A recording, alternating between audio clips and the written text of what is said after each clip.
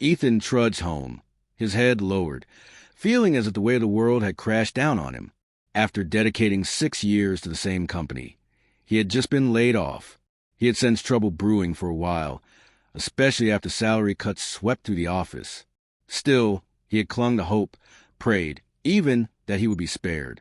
A reduced paycheck was far better than the harsh reality of unemployment, but fate had other plans.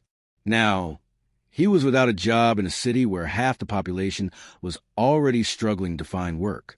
As he made his way toward his apartment, his mind raced, searching for the right way to break the news to his wife, Diana. She was naturally anxious and had already been on edge when his salary was cut. He could only imagine how she'd react to this devastating blow. The burden of their mortgage loomed over them constantly, swallowing most of their income along with other expenses. This was going to be bad. Reaching the front of their building, Ethan hesitated, taking a deep breath to steady himself before heading inside. As expected, Diana's reaction was explosive. The moment he broke the news, sobs and furious yelling filled the air. He had braced himself for tears, but the harsh words that followed caught him off guard. "What kind of man are you?" she practically screamed. "Where's the rock I'm supposed to lean on?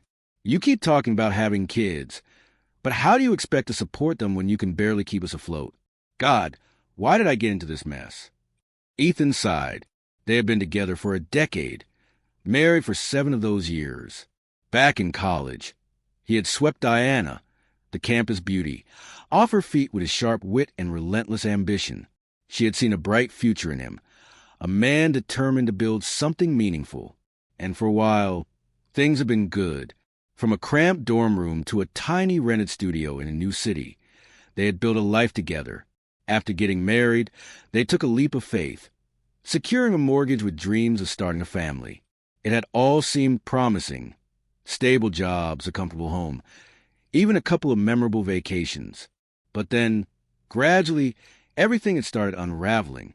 Ethan reached for Diana, hoping to comfort her. He knew she was lashing out in frustration, saying things she might not fully mean. Still, her words stung because, deep down, he knew there was some truth to them. He truly loved her and longed to have children, but their circumstances made that dream impossible for now. "Diana, please," he said softly. "I'll find another job. We'll be okay." At that moment, Ethan resolved to take whatever work he could find. Pride and preferences were luxuries he could no longer afford. The next morning, he set out on foot, stopping at every store in the local mall to ask if they were hiring. Finally, in a large clothing store, the manager's face brightened at his inquiry. Their cashier had quit unexpectedly, and they were desperate to fill the position. No prior experience was necessary, and they also needed someone strong enough to help with heavy shipments from the warehouse. Ethan felt a pang of disappointment. He had a technical degree and years of office experience, yet here he was, about to take on a retail job. But in an economy where even highly qualified professionals were searching for work for months on end, he knew better than to be picky. At least his job would allow him to keep up with mortgage payments, and a short commute would save on travel costs. One thing was certain, he couldn't tell Diana he was working as a cashier in a clothing store. That revelation would only lead to more arguments and stress. Instead, he told her he had landed a position similar to his previous one, thanks to a friend's referral. And so, months passed. Ethan poured every ounce of effort into his new job, often picking up extra weekend shifts in a desperate attempt to stay afloat. The relentless hours began to wear him down, and the strain seeped into his marriage. Diana grew cold, irritable, and quick to snap at him. Her words carried sharp edges, little jabs that chipped away at whatever warmth remained between them. The distance between them widened with each passing day. Then, one evening, everything changed. Ethan had finally managed to secure a rare midweek day off, his first in ages. All he wanted was to catch up on sleep and recharge. He woke up around noon, made himself a simple lunch, and spent the afternoon sprawled out on the couch. By the time the clock hit 6, Diana still wasn't home. 2 more hours passed before she finally walked through the door. When he asked where she had been, she brushed off his concern, claiming there had been an unexpected audit at work. What Ethan didn't realize was that this wasn't the first time she had stayed out late. Usually, He was too busy working long shifts to notice. Over the next few days, Diana's demeanor shifted dramatically. She seemed almost cheerful, distracted, lost in thought, yet oddly lighthearted. She barely acknowledged Ethan, refused any form of affection, and would roll over in bed without a word. Then one evening, she strolled into their apartment carrying an extravagant bouquet of roses. A gift from a grateful client, she explained nonchalantly before spending the rest of the night gazing dreamily at the flowers. Ethan couldn't recall a single time he had ever given her roses like that. A week later, Diana happened to have a Wednesday off due to an office-wide inspection. Ethan left early for work that morning, leaving her still asleep. His day started off as usual, ringing up customers, assisting in the fitting rooms, and helping out wherever needed. By evening, the post-work crowd had surged into the store, drawn in by massive sale signs. At one point, while restocking clothes near the dressing area, a sudden burst of laughter caught his ear. The sound was eerily familiar. Diana used to laugh like that once, back when they traveled together, back when she'd look at him like he was the only person in the world. His gaze drifted toward the entrance, and his heart lurched. A woman who looked exactly like Diana stepped inside, her arm linked with a man Ethan had never seen before. She was dressed in a brand-new fur coat, one he certainly hadn't bought her. No, it couldn't be her. It had to be someone else. Shaking off the uneasy feeling, Ethan turned back to his work, but the couple lingered, leisurely browsing through the aisles. They giggled, whispered, exchanged lingering glances. She held up a dress, and he offered his opinion with a grin. Their body language was unmistakable, flirtatious, infatuated, lost in their own little world. For 10 whole minutes, Ethan watched them float through the store like a pair of teenagers in love. Then, with an armful of clothes, they made their way to the fitting rooms. Before Ethan could process what he was seeing, his manager called him over to assist at the registers. Lines were growing, and they needed another cashier. Reluctantly, he left his spot near the dressing rooms and hurried over to help at the front. A few minutes later, he heard a voice called out from near the fitting rooms. "Sorry, only one person allowed per cubicle at a time."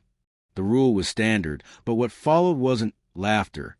That same haunting laugh that had been echoing in Ethan's mind all evening.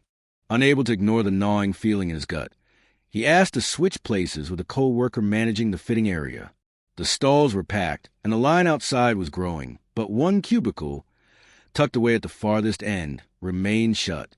Something felt off. The couple he had spotted earlier still hadn't come out. A cold unease crept up his spine. Trying to steady himself, Ethan pulled out his phone and dialed Diana's number. Maybe she was at home. Maybe she was grocery shopping. Maybe he was just being paranoid. But then, a ringtone chimed from inside the locked cubicle. His breath caught. His stomach lurched. The sound was unmistakable. It was her phone. His legs felt unsteady, but pure adrenaline propelled him forward. He stormed the cubicle, grabbed a thick curtain, and yanked it open in one swift, furious motion. Gas erupted from nearby shoppers. A woman waiting for a friend to finish trying on clothes clapped a hand over her mouth in shock. But Ethan barely noticed, because the sight before him was worse than any nightmare. There she was, Diana, and she definitely wasn't inside that fitting room to try on clothes. The unknown man beside her wasn't just a shopping companion. Ethan's vision went red. He didn't care about getting fired, about the customers, about the store's rules. This was beyond humiliation. This was betrayal. He lunged forward, ripped the man away from his wife, and sent him crashing to the floor with a single punch. Chaos erupted. Screams filled the air. Shoppers scrambled out of the fitting rooms, some barely dressed, others abandoning their purchases as they fled. Diana, clutching her clothes in a haphazard attempt to cover herself, shrank into the corner of the cubicle, her face pale with shock. She hadn't expected this. Ethan didn't hesitate. He grabbed her by the shoulders, shaking her as raw anger spilled from him. "How could you do this?" His voice was a low growl, filled with disbelief. "For what? A fur coat? A few cheap gifts? Is this really what you've sunk to?" Diana shoved him away, eyes blazing. "Get off me," she shrieked. "I am done scraping by with you." We don't live, we just survive. This isn't the life you promised me at the altar. Ethan clenched his fists, his body trembling. God, Diana, you're unbelievable. Don't you see how hard I'm working for us? She let out a bitter laugh. Look at you. She gestured to his uniform with disgust. Wearing a name tag in this rundown store, acting like you're making some grand sacrifice. You actually work here? Pathetic. Ethan nearly lost it, but before he could react, security rushed in, separating them. They grabbed hold of him, dragging him toward the exit. As he was being hauled away, he caught a glimpse of the other man struggling to his feet. His expression twisted in fury as he turned to Diana. "You're married?" he shouted, realization dawning. So she had lied to him, too. That was that.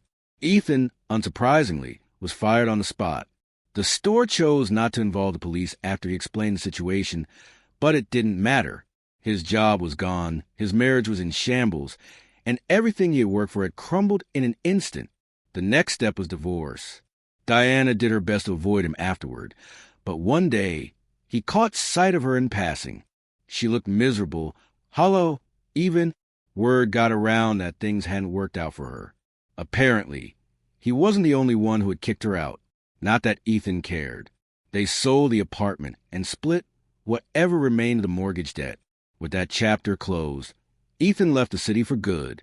A promising job offered back in his hometown gave him the perfect reason to leave. And when it came a small apartment he had inherited from relatives. A fresh start. For the first time in a long while, life felt steady, peaceful.